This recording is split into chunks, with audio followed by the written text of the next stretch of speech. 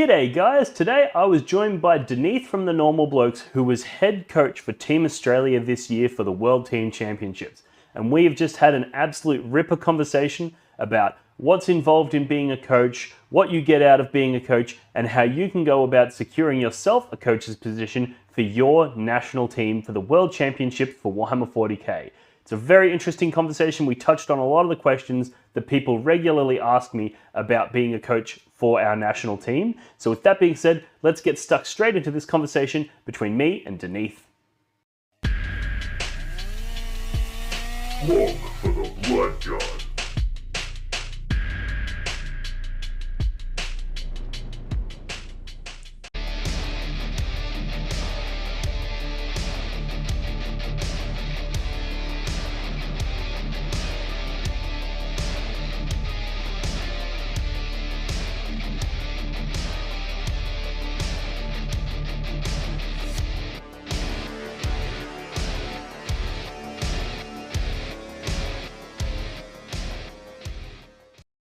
All right, Denise, thank you very much for joining me. If you'd like to maybe introduce yourself and we can get started from there. Yeah, thanks, mate. Great to be on. We've just spent a hell of a lot of time together in Europe, so it's always lovely to be back.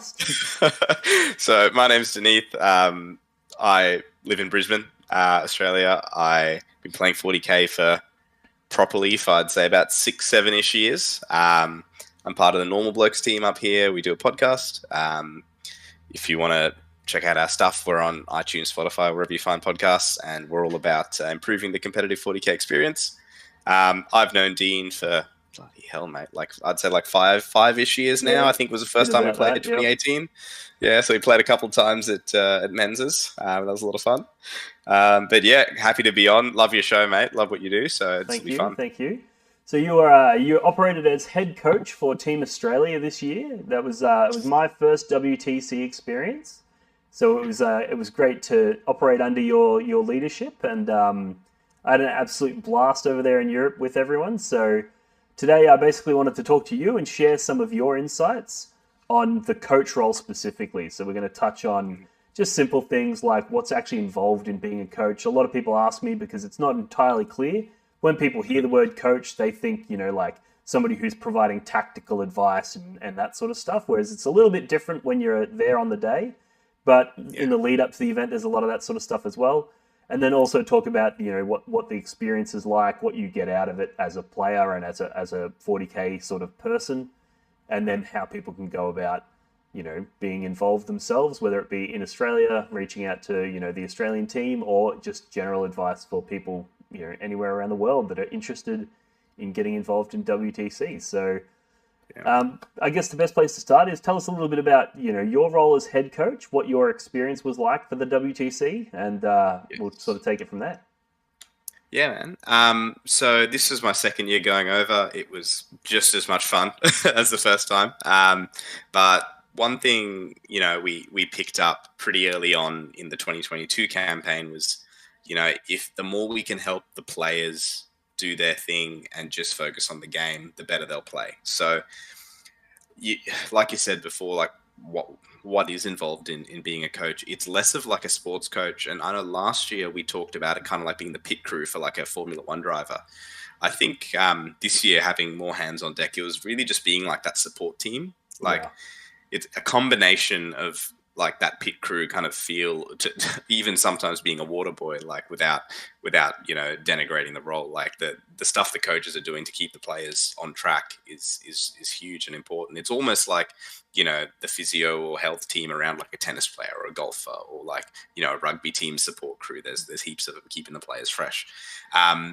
It's essentially taking as much load off the players and the pairings team and the captain as you can, just so they can put all their mental energy into the game. That's probably the best way I could encompass the role.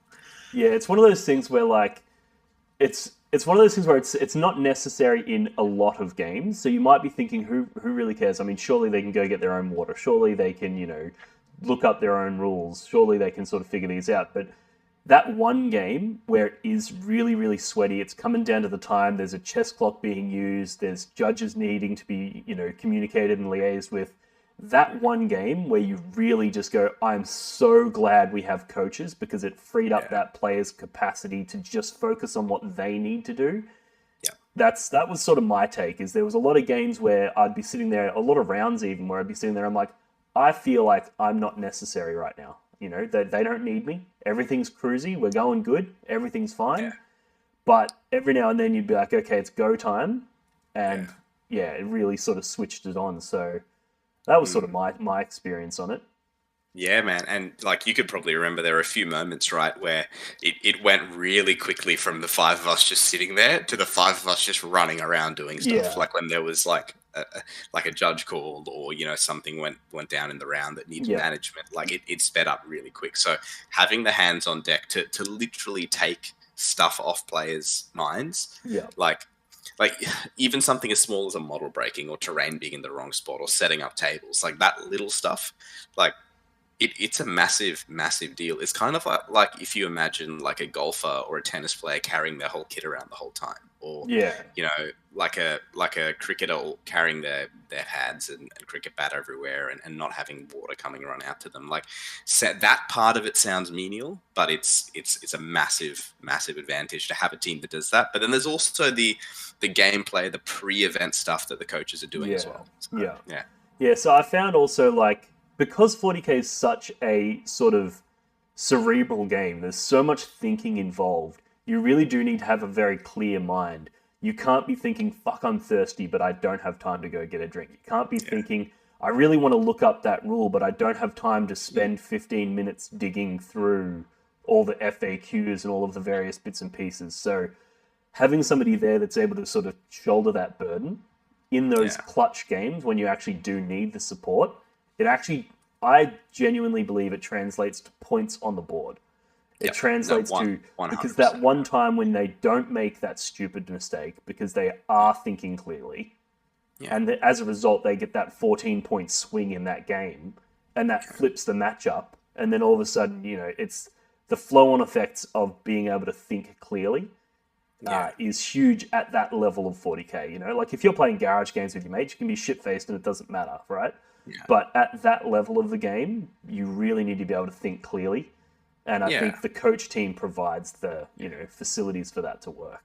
Yeah, man. Like the two most valuable resources at that level of gameplay is time, and then arguably more valuable than time is brain power. Like the ability to have the cognition to go through the steps. And there is a like colossal psychological advantage knowing that like you have people supporting you and the other person doesn't. So like we played teams that had maybe one coach or no coaches, right? Like the psychological advantage just straight out of the gate was massive. Like irrespective of player skill, like yes, our players were probably, much better as well. But the fact that, our players could not even worry about setting up tables. They just sat there and Will was a great example. Will was just jamming, had music on, like is getting in the zone. Like tables were set, armies are ready, lists were getting handed out, so players didn't have to fish for a list. Like that stuff's massive. Well, there's even just like, for example, I don't think any of our players were doing this, but just as an example, I've started recently doing just a little 5-minute mindful meditating session before each game when I go to a tournament. So I'll just quickly run out to my car or run out somewhere and I'll just sit there and just, focus on my breath and just clear my mind. And I've found that when I go into the games, I'm so much sharper.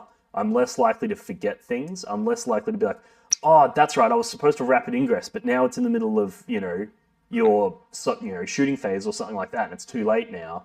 Like, you're less likely to make those mistakes if you're going in with that clear mind. So we're just freeing up the players to be able to do that. 100%, man. And then, of course, there's also things like the way we, and you were doing a lot of this, so I'll get you to speak to this in a moment. But, tracking the scores in between games and updating players on how everybody else in the team is going so they know whether or not to push or pull, those sorts of things as well. But the... What's your take on like the coach role in regards to the pre-event stuff, the stuff that we do in the lead up to the event? Yeah, I'm sure different teams and different, people have different views on it. My initial view was, we've got 8 awesome players. They're good at writing lists. They're good at tactics. They're good at, getting ideas together. They're good at team comp. They're good at all that stuff. arguably us as coaches, we're not better than them at that, but we can be a filtration system. So Yeah. it was really nice because we had a team of 5 coaches. We had me, yourself, Ben Warrior, Ben Way, Alex Inglesas, all spread around the east coast of Australia, all working with the players in their state. And, the great thing about it is each of those people have their strengths. Yeah. I'd say people like yourself, Alex, Ben Warrior, amazing at diving into the game, diving into the rules. Like you work so hard with Matt Morosoli, Jeremy Martino to get the list cranking, like to get the CSM side going, So some coaches are really good at having direct input. I think my personal view is I like to be a pretty light touch. Like I let the players do their thing. I'll kind of guide the psychology side of it. I'll make sure people are happy, make sure people are gelling with staff, Yeah. make sure everyone's getting along, keep morale up. And I found Ben Way was an amazing asset at doing that as well. Some like his presence just being there lifted people, and he was a really good leader by example in a lot of times. So I think the pre-event stuff, everyone is a bit different. I'm personally very light touch. But just making sure everyone's on the correct path, and also like in terms of team dynamic and kind of how everyone's interacting, just making sure little things are ironed out on a teamwork level, and making sure that the team is bonding and gelling well. That's actually a pretty important thing that you can take the load off the captain by doing some of that stuff. And the captain's load is so it's extreme. Fucked, man. It like, is colossal. The amount of things that the captain is responsible for, being able to do anything to help the captain is huge. Like one of the things that I found was really impactful for myself this year was there was a period there, because obviously 10th edition was dropped hot in our laps for this event. There was a period there where Jeremy and Matt were sort of struggling to find a faction that they were vibing with. And they were both sort of down in the dumps. And I was like, I need to pull these guys up just from a morale perspective, like I need to get them excited, because if they're not excited, they're not going to put in the effort to deep dive codexes and find things, because they're just looking at everything so bleakly. Yes. And I remember Jeremy was like, oh, sisters are bad, this is bad, that's bad. And I was like, Forge Fiends. And he was like, well, they're fucking good. I was like, well, there you go, I have 3 of them, okay. Obliterators. And he's like, yep, checks out. So we wrote this great chaos list. And then he was coming over every week for multiple games a week, and he fell in love with the list. Nice. And then all of a sudden he was energized, he was pumped, he was good to go. And it was like, I didn't necessarily have to have too heavy of a hand in the list writing itself, but just helping him find something that he was passionate about was huge. And same to an extent with Morosoli. We didn't quite land on a faction he was particularly passionate about, but he did really enjoy, the potential for that Chaos Knights. So when he found that, I was like, okay, Victoria, the Victorian contingent of Team Australia has finally hit our stride. We're good to go. Yeah, man. And like, there's a lot to be said about having that kind of accountability partner that's not there with you. Like, there's a lot of strength, of course, in players helping each other and motivating each other to get the list done. But there can be different psychological agendas there. Like when you've got someone that's a complete third party, like a coach on the outside, they're not a player, they don't have any stake in scores or whatever, or like, I don't want to say ego, but like position in the team. Like when there's someone completely external, that can be a massive, massive help to just get the impetus going for exactly like what you've done with those boys. So I think that is a really good way. Like I was talking with Ben Way on an episode we recorded, and we kind of don't like the word coach. Like support team or support crew or just like support staff just works better, because that's what we are. Like we're not teaching them how to play. We're not like, I mean, in your case, you had a pretty big impact in those lists, but in general, we're not like writing lists for them. Like they're the ones that are playing and they're responsible, but we're guiding them on the process, which is like, I'm sure you found it as well. It's really rewarding. Oh yeah, it's massively rewarding. Like it's that trip was one of the highlights of my entire 40k career by far. Like it's one of the most rewarding things you can do. And then I agree with you though that coach is not the right word. So, for example, in the lead up to the event, there was a lot of administrative stuff that the coaching team helped out with. I coordinated dice, I set up a website, and then we had Ben Warrior set up raffles to generate funding, and he sort of operated in a financial controller kind of role. Those sorts of things, again, alleviating the burden on the captain, which means that the captain can focus on making sure that his team are on the right lists, that are, getting the right practice in, that they're doing what they need to do. He can be making sure that he's morally supporting them. you know, Yeah.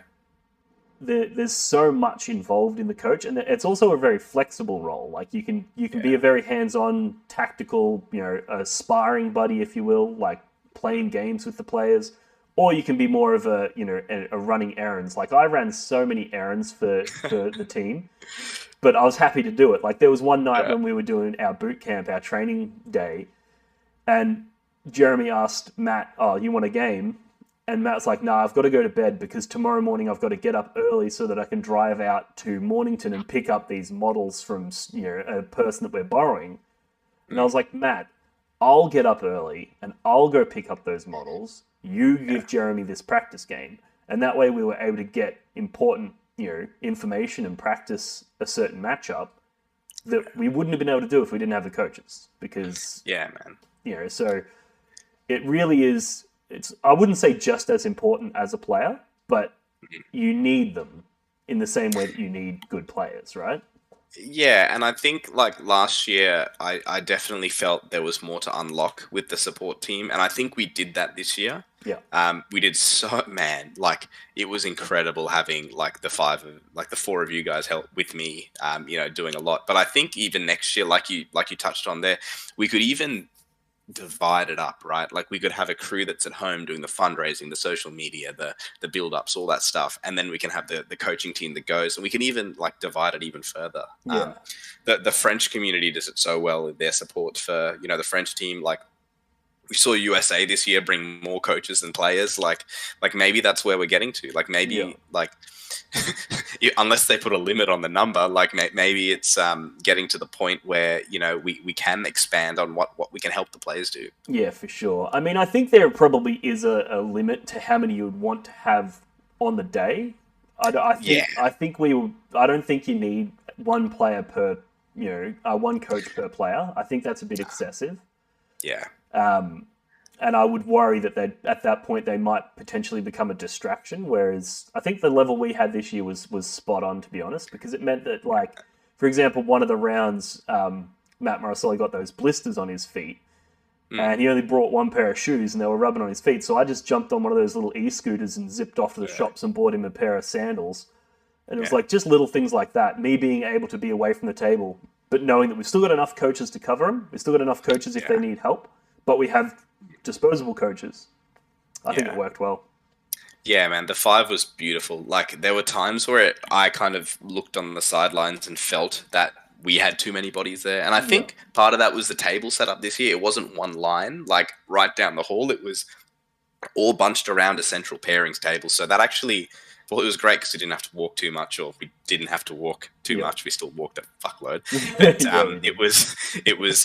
it felt like there's a lot of bodies in one spot. So like there were times where we had to kind of back up a bit, but also in the times we needed it, there were like 3 rounds where we needed every single coach to be doing something. Yeah. Like, yeah, it was full on. Even that one of those rounds, I was like, damn, I could have done more. Like I could have actually done this. So like there's still potential for like that 4 to 5 being a good number. Yeah. But I totally agree. Like if you had a lot more than that, it would just get in the way. Yeah. Definitely just get in the way.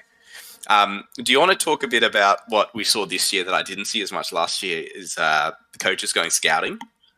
Yeah. Tell us a bit about that. Yeah, for sure. Yeah. So from literally the first round we had against New Zealand, we had English, Polish, American, Scottish coaches just floating around our table. Yeah. And I was like, they're fucking scouting us. They're literally fucking scouting us. So like I made really good friends with a couple of them. Like Kriko, one of the Polish coaches, was scouting us in the New Zealand round. And I was like, Ben, worry out. The second you see Poland scouting us, just go straight to Poland. Go straight there. Look at their tables. Yeah. So like that's actually a big thing. Yeah. Yeah. So for those who don't know what scouting, what we're talking about with scouting is basically you would send a team would send one of their coaches to observe the games taking place of a rival nation that you think is a potential threat. So because Australia won the gold last year, a lot of nations thought we were obviously a serious threat. So what they would do is they would send players to come and watch our games. So they'd be like, they paired, the such and such into the, whatever. And they'd watch, the way he deploys is very conservative, the way, you can see he's hugging terrain. He's got these in reserves, that's how he plays that game. And then they'd take that information back to their team, and that way their team can start planning counterattacks and counterplays in advance because they've already witnessed how we would play a particular matchup. So that's what the scouting was. And the fun thing that I really enjoyed was the counter scouting, where it was like they would come and scout us. So we would then scout them, and they would have to turn around and come back because they had to stop us from getting information from them. And it was almost felt like a game of 40k in a lot of ways, where it's like, oh, I've got something on your home objective, so now you need to bring that thing that you thought was going to take my home. It now needs to turn around and go defend your home. Yeah. It was really interesting.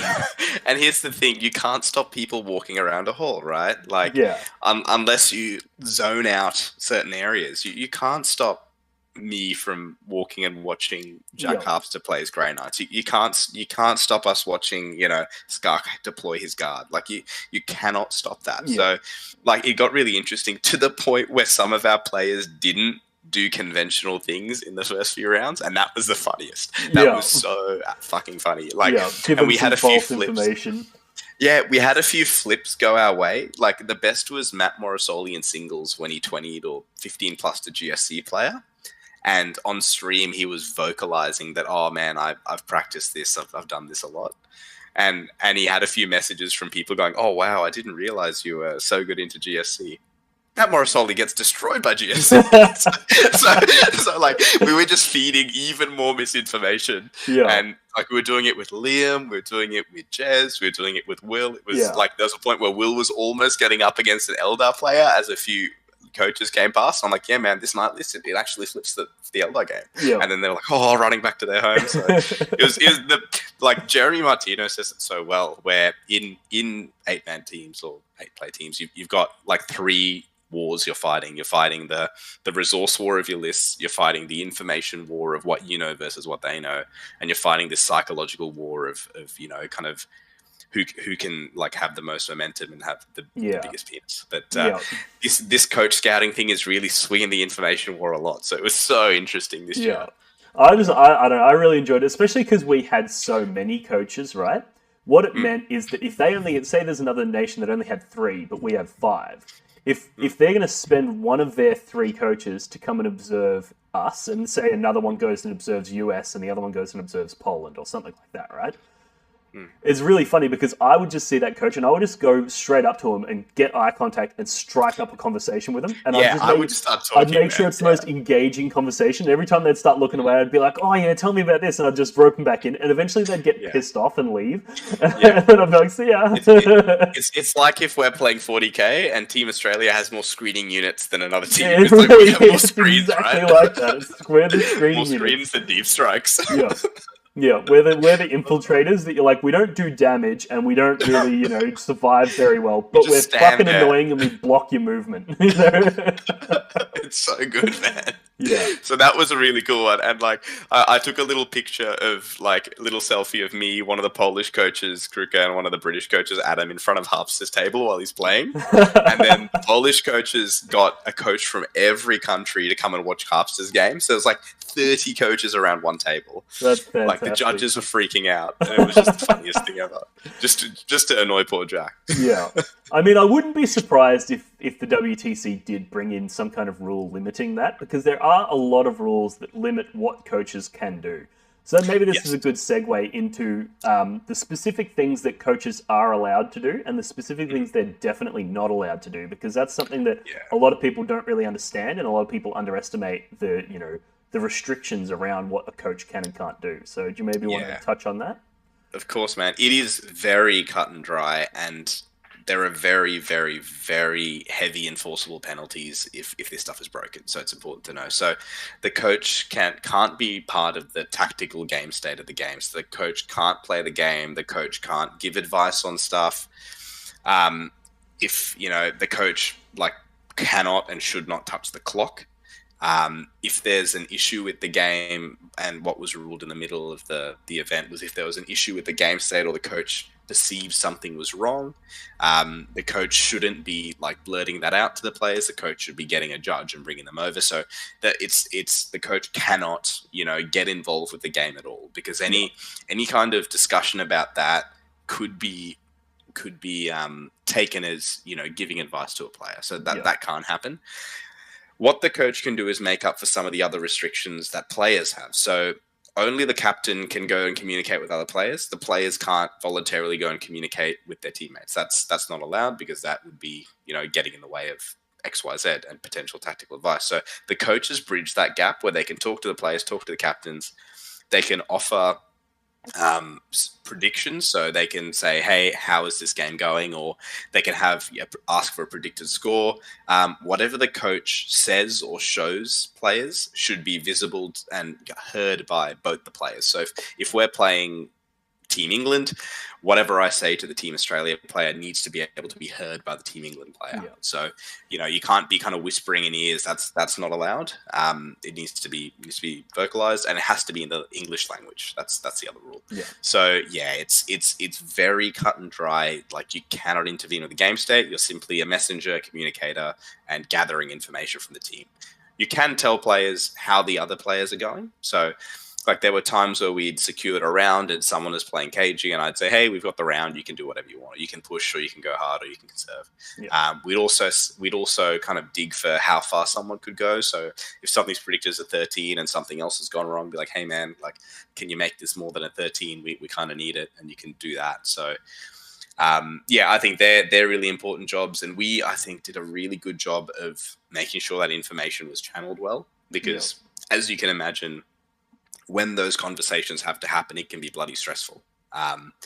So one thing the coaches need to do well is communicate that in a pretty fucking neutral tone when even in our head everything's exploding, because we're seeing the rest of the round. The players aren't seeing the other 7 players. Well, so it could be disaster everywhere. It's a really interesting balance, that one, because you've got you've got to try to find out off that player how they're going. And obviously they don't if they're going down, they don't want their opponent to know that they're going down. Or if they're crushing, they don't necessarily they might not want their opponent to know that they're, I'm super confident I'm going to get a 15 out of this guy.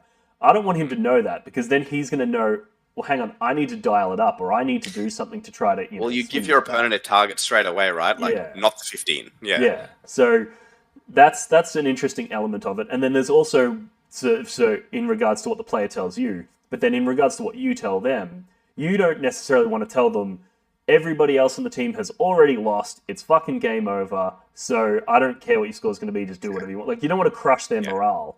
And at the same time, you also don't want to tell them everybody else has already won their game. So what happens here doesn't matter, and give them a false sense of security, and then have them make, mistakes based on that. Yeah. So it's a very fine balance, that. And I was watching you as you were going around and delivering this information, and I was like, it was very interesting to see what time you would recommend to a player that they should take those risky plays, and what times you would recommend play conservative. If you've said you're going to get an 8-point loss, that's okay. Just make sure you do get the 8 and not a 5. Yeah. And if we can add to that, like, there's 2 things. The first thing is, in general, you've got to ask yourself, if you're in the coach position, you got to ask yourself, like, what situation will a player play at their best? Like, some people, like, let's take Liam Hackett, like, crazy man. Like, he operates so well under immense pressure. Yeah. But there are other players, that can't hear that. Like, if they hear that everything's going bad, it just floods their brain and they can't think about anything else, and it just scatters them. Yeah. It's particularly, I find, for the newer players that are, this might be the first WTC, so there's a lot of pressure already on them. Their baseline of pressure is already way higher than what they're used to. So adding pressure to those sorts of players, maybe not the best idea.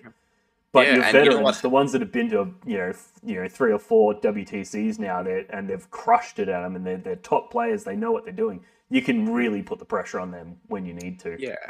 So it hurts. Put yourself in this situation where you're a player. You've given a predicted score of a 12. It doesn't look good. It's a 6 or a 7, and your coach asks, "Hey, how you going?" And you turn around and you say, "Oh man, it's a 6 or a 7." You've suddenly just vocalized this thing, and you've just cemented this fact, and like, that's like pretty emotionally crushing. That's hard Like I'm feeling it a bit right now. Like I'm Yeah. thinking like, man, if Yeah. that was me, like I would feel destroyed. I'm playing for my country and I'm going down. Like, Yeah, because so when it's like, just a theory in your head and you're thinking, I'm oh probably going down, I'm thinking it's probably going to be a 6 or a 7, it's not as bad as when you actually have to say to someone, yeah, it's going to be a 6 or a 7. That's there's the crushing like moment. Yeah. without sounding cliche, there are power in those words that come out. So like when you hear that from a player, you grab them on the shoulder, going, "That's okay, man. These things happen. Yeah. You bring me those points. Like bring that back." Lock it down, hold steady, keep your head up, bring it back, and like sometimes like that's all they need to kind of just know that they've got people behind them, because it's like I talked to Ben Way about this. Like it's lonely out there when you're playing.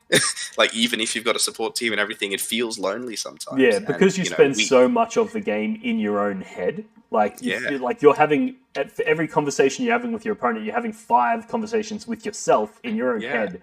So knowing that you do have people around you that are there to support you and back you up is massive. It's a massive part of the process. Huge, man. And the other thing is on the topic of like telling players to push and not or whatever. Like I think it's very easy as coaches to kind of look at a game and say, hey, we need this. And I think the wrong way to do it is, hey, I need you to do this. Or, hey, I need this score from you. I actually think that's the best way to bottle a player and stress them out and freak them out. So the way I would approach it is, hey, how's the game going? Are you still on track? Is usually where I start. Yeah. And they say, yes, on track. And I say, hey, is there any potential to reach or go higher? And they'll give me a yes, no. And if it's no, I just back the fuck up. Like, there's no point. Like Alex Terracin, right? Like incredible GSC player. He was one of the most accurate predictors of his score the whole event. Yeah. And, you know, there were games where he's like, it's too early to tell, man, or nope, it's going to be what I predicted. It's going to be around there. I would just back up, like irrespective of what was going on the table. I'm like, cool, he's got that. He needs the mental space to play the game. Me getting involved and talking to him is actually applying more pressure than he needs. Yeah. So you need to know when to back the fuck up. There are some players, like last year we had Simon on the team who was amazing, and Simon loved to be continually updated. So like there were some people who, you know, you can talk to. Same with Jez. Jez likes that information trail from. You've probably seen this too. Well, I was talking to Jez about it when we were sort of designing Jez's list. We designed it specifically so that it could have one really explosive go turn. And if he does and it works, it's a massive win. But if he bounces, it becomes a crushing loss. Or he can drip feed it and have a consistent game. And the reason that we wanted it to do that was so that he could get that update from the coaches. Yeah. And he could go, okay, if I play for that conservative, you know, say he's going into Eldar and he's like, okay, it's like a 6-point game, you know. If he plays that conservative game and gets those 6 points, the team is going to lose. So he would be able to knowing that information, he could then switch gears and go, I'm actually just going to have a go turn where I'm going to bring everything on and I'm going to actually blap.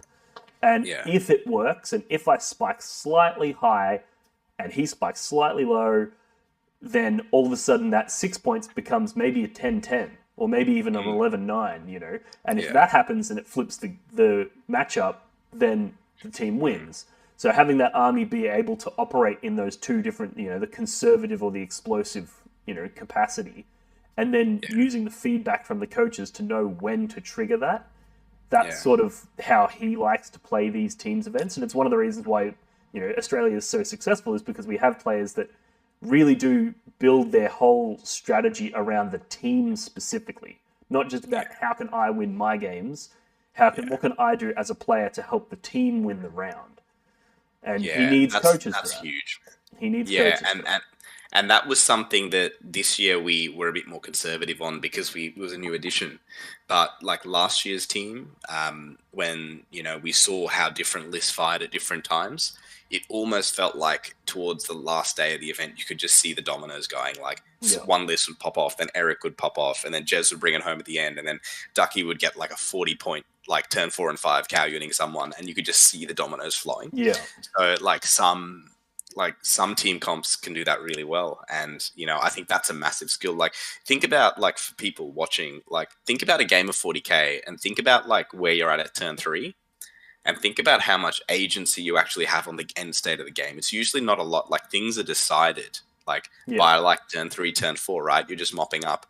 These players are able to make like 2 to 3 point swings in the back end of the game. That's incredible. Like that's actually a ridiculous skill to like first off, know that you're pitched at, let's say, a 13-7. Let's say, okay, the end state's a 13-7. Just knowing that at turn 3 is a massive skill, right? Like, Yeah. I struggle to do that. I don't know how you feel about it. Like, that's hard to do. Yeah. It's also hard to like predict that, put that on a pairing sheet, and like deliver it with confidence against a top player from somewhere else in the world that you've never played. Like, that's a skill. And then having the ability from kind of turn 3, turn 4 to say, yeah, I can make that 13 or 15. Yeah. Like, Soli, there was one game Soli was like, hey, Denith, I've got a 12 locked in. I've got 40 minutes on my clock. It's my turn 5. I could make it a 15 or I think it was like a 12, 13. He's like, I could make it a 14, 15, but I risk it going down to an 11. Do you want me to do it? Like, me hearing that was like, Soli, motherfucker, you are the sickest cunt on the planet. Like, Yeah, you I have remember so that much round. information in that one sentence. Yeah, and I was like, Soli, I can't tell you what to do. How much time do you have? And he's like, 40, or like an hour or 40 minutes. I'm like, cool, just chill out. And him and his opponent just had a beer. Yeah. I walked waiting over to for him at more one stage and I was like, oh, all done, lads. And they're like, nah. And I'm like, what are you doing? And they're like, oh, the clock's on Soli. It's just ticking down. So they're having a beer and they're just waiting. And he got back to it with like 20 minutes left or 15 minutes left, finished it off, made the hard play, it worked, and he got like a 15. Like, so like I can't underestimate, or overemphasize like how incredible a player you have to be able to do that. Like, that is like very fucking intelligent, right? Yeah. So I think you need to understand that before, as a coach, you go to a player going, get me 2 more points. Like, that's just, that means nothing and it won't do anything. So I think you do have to work with the player. The idea from the coaches, in my perspective, when it comes to that sort of stuff, is asking them questions, not telling them things. 100%. So, how are you feeling about the game? If this happens, how do you feel about the score? And then you're not going to say do X, Y, Z, because that's providing tactical advice, which is it's off limits. But you can ask them, if you do a risky play, can you increase that score or not? Those sorts of questions. And then you relay that information to the rest of the players so that they know what's going on as well. And then the team sort of, works together on that. So other than that, were there any main like sort of duties or roles you saw the coaches filling? A big one is supporting judge calls. And it's something that we did a bit of where, judges come to tables and like players can have someone with them, when a judge makes a ruling or to argue a point. Obviously, we're not like yelling and screaming at each other. It's very civil. But I think that support is important, especially as the second set of eyes. If something's, a play's happened and they just need someone else to confirm, that's quite important. Yeah. There'll be times that, if you need to talk to judges about external issues outside of a game or, after a round, a coach can handle that. So they're another communication link between the team and, judges, TOs, things like that. Yeah. But I think another big one, man, is just like general morale. Like, it's sometimes hard for players to put the energy in to lift their teammates up if they're just exhausted from the game. Yeah. And we can kind of provide that. So yeah, that's another big part of it, I think. And I think we did quite a good job of keeping everyone positive and keeping everyone perky. So yeah, nah, completely. Anything else you can think of? No, that more or less covers it. I mean, I actually spent quite a few rounds running errands, like going to the shops. For example, we got Jeremy, who's a celiac, so there wasn't any food at the venue that he was able to eat. And like, if we didn't have, coaching team there, he would have had to, after each game, he would have had to try to find the time to go and get himself some food. Yeah, but that's massive, we obviously put together the platters and those sorts of things so that we were able to walk around and keep people fed throughout the games. And then going and getting the lunches for people and going and getting ice because it was really hot in that hall. So going and eating the ice so that everyone can have cold drinks. That's the sort of stuff I was sort of doing a lot on the day, as well as just observing games. One of the things that I found is, like we all know that there is an element of misconduct in 40K games that will come up from time to time. But that's much less likely to happen when there's a coach observing the game. People are much less likely to try to surf and steal those extra 2 inches of movement if there's a coach at the end of the table just watching everything they do. Or things like, if I've got the index right next to me and every time they're saying, one of their stats, I'm looking at the index, there's no room for error there. They can't accidentally be like, oh, sorry, I thought they were AP2. Oh, wow, they're only AP1. I didn't know. Like there's no room for error when someone's observing everything that you do. So that just makes the probability that somebody's going to get something wrong in their own favor becomes zero. And we've all had those games where your opponent gets something wrong. They said he was 5 wounds, so he survived on 1 wound and was running around being a pain in the ass. But turns out that character only has 4 wounds, and you didn't know. You didn't realize until after the game was over. And he can play it off as a honest mistake, and often they are honest mistakes. Yeah. But having the coach there, being able to observe, just watching things, particularly in the more challenging matchups, that's also a huge asset. Like, I've actually considered bringing a coach to singles events, just follow me around and help me out. Like, yeah. Well, there is that's a great point. Like, there's something to be said about like there being not just like first party, second party, like a player opponent, someone else not even actively judging, like having nothing to do with the game state, not even commenting on it. Like, the second you've got that extra set of eyes, like people will tighten up. Like, people will tighten up their play and just understand that there's even if they're not actively doing anything bad, like there's a witness, right? So you've got to just sharpen up everything you're doing. So 100%, man. Like, having coaches floating around has a big impact there. Yeah. All right, so now that we've talked about all of the things that coaches can do for the players and can do for the team, let's talk a little bit about why somebody would want to sign up to do all of that work. Because I know for me, it was one of the most rewarding experiences of my 40K career or 40K life. What's your sort of take on what the coach gets out of the equation? Yeah, man. Like I couldn't tell you how emotional it was last year to win and this year to come third. It was amazing, like absolutely amazing. And like the big thing to understand is the coaching team, especially in Australia, like the coaches are not this side crew of little helpers. Like, we are part of the team. It was a team of 13 this year, we're fully fledged members. We got the kit on. Like, players understand and appreciate how much the coaching team do.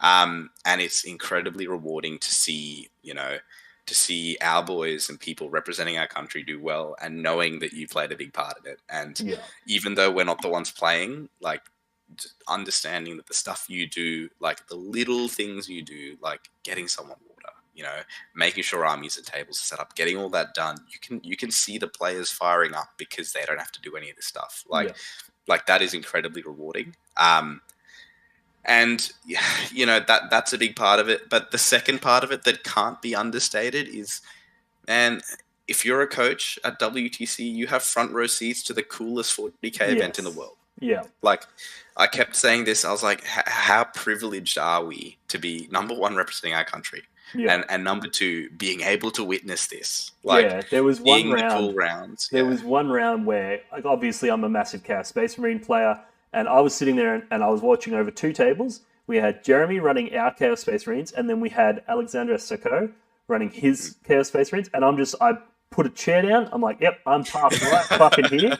And I'm watching both of these games, and their lists were both very different. So I'm watching them, and they were playing, similar sort of opponents. And I'm like watching it. I'm like, yep, I'm just gaining so much information from this, and it's also a thoroughly entertaining and enjoyable experience because I get to watch my favorite army go in and do its thing on the world stage.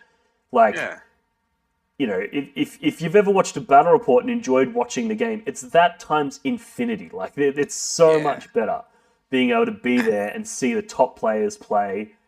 And then, like you said, being able to represent your country, being, wearing the green and the gold or whatever the country's, colors are from wherever, your other nations, but representing your country on that level is fantastic. And just being a part of that experience, it's really hard to put it into words. Yeah, like if anyone's played, like club sport or, sport to a high level and gotten to the level where they've represented like their school or the district or state or country or whatever, like you understand that feeling. I honestly never thought I would say this about Warhammer, but man, it's exhilarating. And like the feel of a really tight round where, things are down to the wire, it's incredible at the end of the round. Like when we pull through and win and, or even just draw against a hard team, that's a big deal. And like, there was one thing that stuck with me this year from WTC was last year Australia played Poland in the final. Australia won, and the Polish team, they worked really hard last year. They did quite well.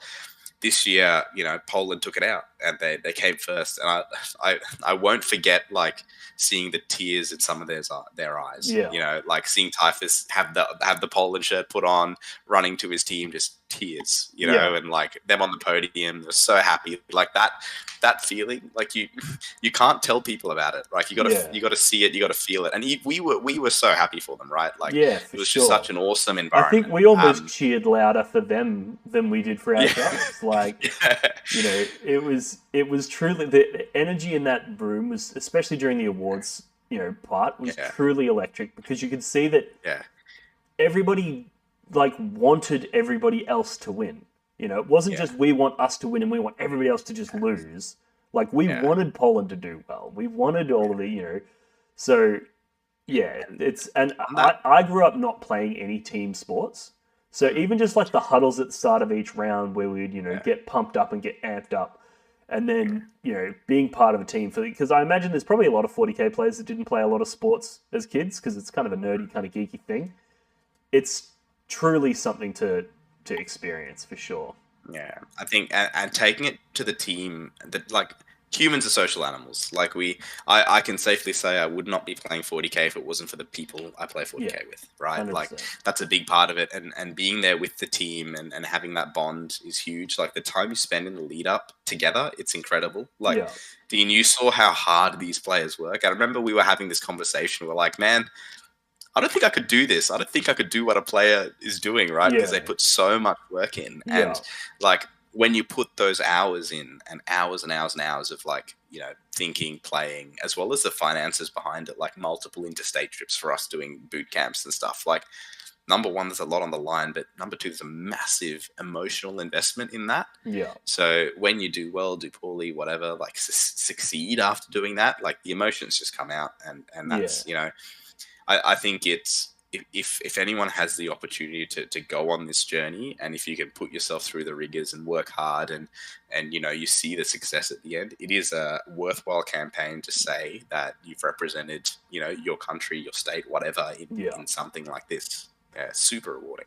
Not to mention, one of the other things that we obviously get out of it is you gain access to the best players in your country, and you get access to their mind. You get included in the little discords, and you get included in all of the conversations, and you get to understand the way they think about certain factions. You get to understand the way that they approach the game in a much more intimate way than you would otherwise.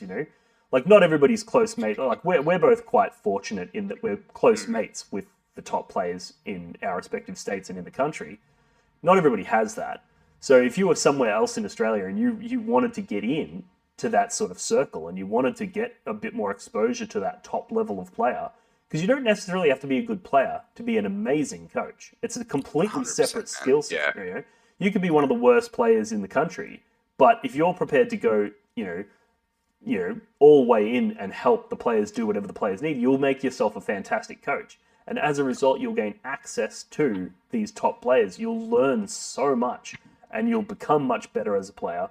Do that enough, and all of a sudden you're one of the top players. So yeah, and I think the criteria for selecting players is now not the same as the criteria for selecting the support team. I think previously a lot of countries saw the coach as the ninth man. They're there to help out, and if someone gets sick, they can step in and play. That is less of a thing now. Yeah. I think there's a very different set of criteria, to the point where you can't really have a coach that's that loves the limelight and wants to be the center of attention, if that makes 100%. Sense. Not in a negative way, but there has to be an element of being selfless and being there for the team, and putting your effort and actions behind a greater cause. I think that's a big part of it. Yes. And some players are amazing players, but that might not be a good fit for them. So that's something really to consider. Yeah. All right, I guess let's wrap it up with how would you advise somebody go about becoming a coach or getting involved in their national team? Look, if it's something you want to do, I would reach out to like your state captain, state rep, and say, hey, this is something I can provide. And I think that the big thing is being able to provide value to the team. If you think you can do X, Y, Z for the team and say, hey, I want to come on a support, even at local like 4 or 5 person team events, even jumping in and coaching and you've got to reach out. I think it's a social hobby, it's a social game. Yeah. You can't expect to end up in these awesome communities without doing your part and connecting as well. So I think reaching out to people who you want to be a part of and say, hey, I'd love to shadow your team at a team event, or I'd love to shadow you at a singles event or something like that, and say, hey, I want to be involved with like this team event or this team. And yeah, throw yourself in there straight up. Just throw yourself in there, because it won't land in your lap unless you do something about it. Yeah. I think I mean, I know a lot of places do those sort of 8-man, 5-man team events. And I feel like those are probably a really good opportunity to sort of, because you might look at it and think, wow, that sounds like a lot of fun. I would really be interested in that. But then when you do it, you might not enjoy it. Like, it's not for everyone. So I think That's it. trying to, get in contact with, some of the top players and say, hey, next team event that you're at, I'd love to come on board as a coach because it's something that I'm interested in, and, blah, blah, blah, and see if you can sort of arrange that. And then once you've done that, you've got a person that can advocate for you. And if you do a good job at it, then obviously they're going to say, wow, we had so-and-so at the 5-man teams event and he was an excellent coach. I would love to bring him with me to Europe, or bring him with me to the WTC. So, I think that's absolutely right. Yeah, like we have Gladiator Gaming up here in Queensland that's doing a team event soon. You've got VTC in Victoria doing one in November. So these are amazing opportunities to get out there. And that's it. Like, you never want to find out this is not the job for you when you're in Europe. Yeah, exactly. You definitely want to have a few runs at it first. Yeah, 100%. So, like it is, like, and Dean, you definitely, like, I know you feel the same way. It's so rewarding. But you've got to come in with the right attitude, the right expectation. And, if you're willing to do the work and put yourself behind it, it's an amazing experience. So, yeah, it's one of those things where it's like, because particularly for Australians, it costs a lot of money. Like, not only did we have all the interstate trips, which are expensive before the event, but then we also had to pay to fly across the other side of the world and all the accommodation, and it's a very, very expensive boys' weekend. Yeah. So you don't want to go committing to that if it's not for you. But also, I would have paid double. Like, it was worth its weight in gold for me, that experience. Even though it cost me thousands and thousands of dollars, it was absolutely worth every cent. So I can't advocate for it strongly enough. I can't recommend it highly enough. And I just think it's probably one of the best things I'll ever do. If I do it again next year, it depends on if I can afford it again and if I can organize the leave and whatnot. But if I do it again next year, I'm sure it will be just as good. And I highly recommend people. It's something you've got to do at least once in your life. If you're a passionate, competitive 40K player, I definitely think it's something that you'll want to. It's got to be on your bucket list for sure.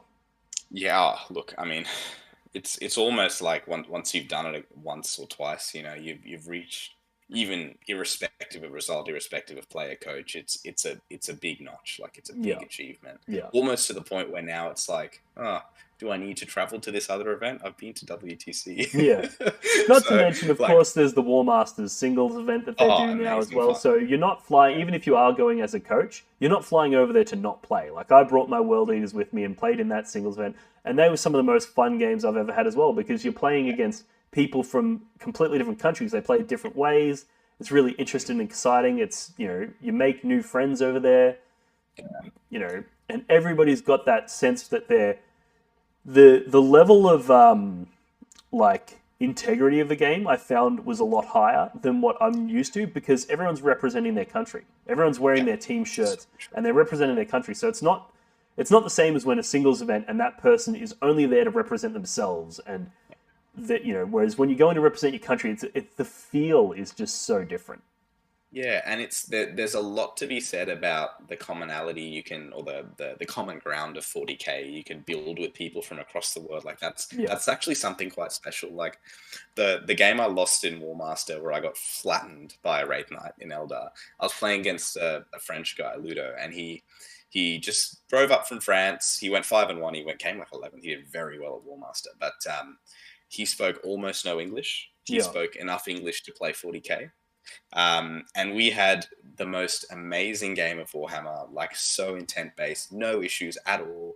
Like he was like, this unit attacks here, this unit does it, and like very basic, but like the fact that we could communicate together for 3 hours in 40k language was actually like something beautiful. Like I couldn't hold the conversation with this guy with the limited English and the no French that I know, but we were able to interact on a table for 3 hours. And I look back and I'm like, that's actually quite beautiful. Like that was quite nice. So yeah, it's an awesome experience, man. Even if you just go for Warmaster, you get 6 games with people from around the world. It's sick. And I mean, laughter is the universal language. And I mean, there was tons of people that I played that again didn't speak a massive amount of English, but we were laughing together because you can just, the ridiculous things happen on the tabletop and it's funny. Yeah. And I do reckon that that's a very strong reason to consider it as well. So, but yeah.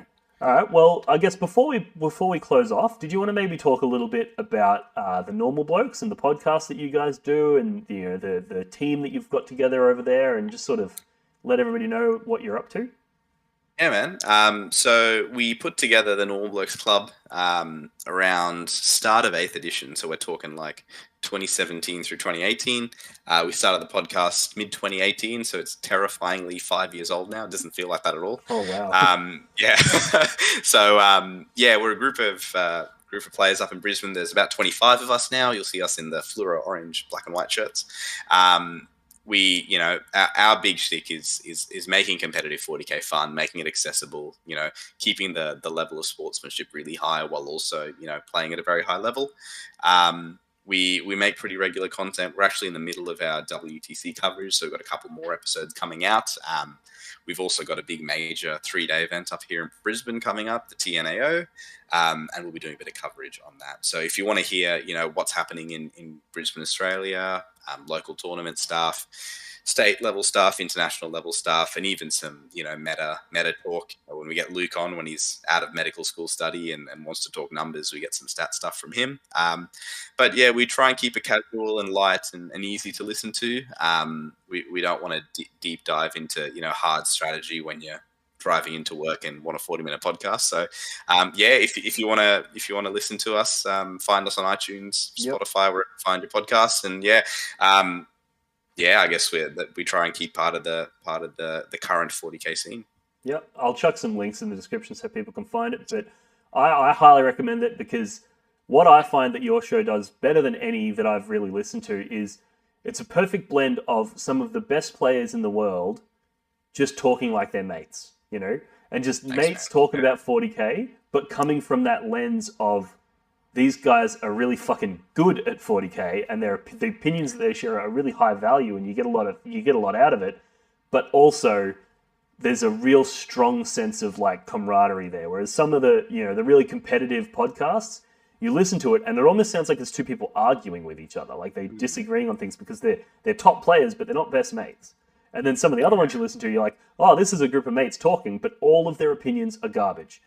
Whereas you guys do both very, very well. So thank you, man. That's it's an amazing compliment. Thank you. Yeah. It's one of the only podcasts that I actually listen to these days, because it ticks all the boxes for me, so I don't need to listen to other stuff. That's lovely, bro. That's it actually started when we would just play PUBG, like just play video games randomly and just talk on Discord about 40k for like double the time we'd actually play. Yeah. And Luke is like the mastermind of like great ideas with minimal commitment. I love it. He's actually the best ideas, man. He's like, why don't we just hit record? Yeah, Luke's like, why don't we just make a podcast? And that's literally where it came from. Yeah. So yeah, thank you. That's great. Yeah, we try and keep it pretty casual. We plan virtually nothing. We just pick a topic and go. So yeah, that's us. Yeah, cool. All right, well, thanks heaps for coming on. Thank you for your time, and thank you for including me in the Team Australia stuff and helping me through my first year as a coach. It was great having your experienced hands and your mind on the day. So yeah, thank you very much for you're that. Too humble. We couldn't have asked for a better coach, mate. You did awesome. And the eternal rule, ABC, mate, always be cukin'. Yeah, always be cukin'. Fantastic. All right, we're going to leave that question mark there for people. Ask us in the comments what cuking is, and we'll let you know. Alrighty, awesome, man. Thank you very much, and I'll talk to you soon. Take it easy. One for the Blood God.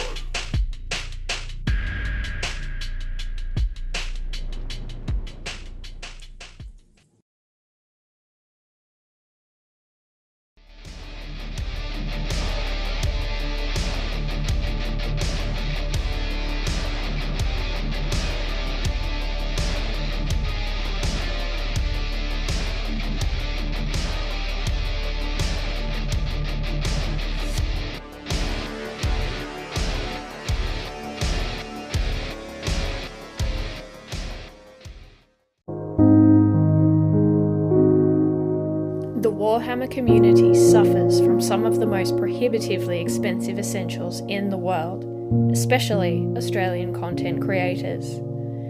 Every single day, Dean wants to create content, but he can't. Suffering from old, worn-out brushes, expensive model kits, and costly software and equipment he can't endure much longer. Just look at this dirty paint water. Would you drink this? Would you let your child?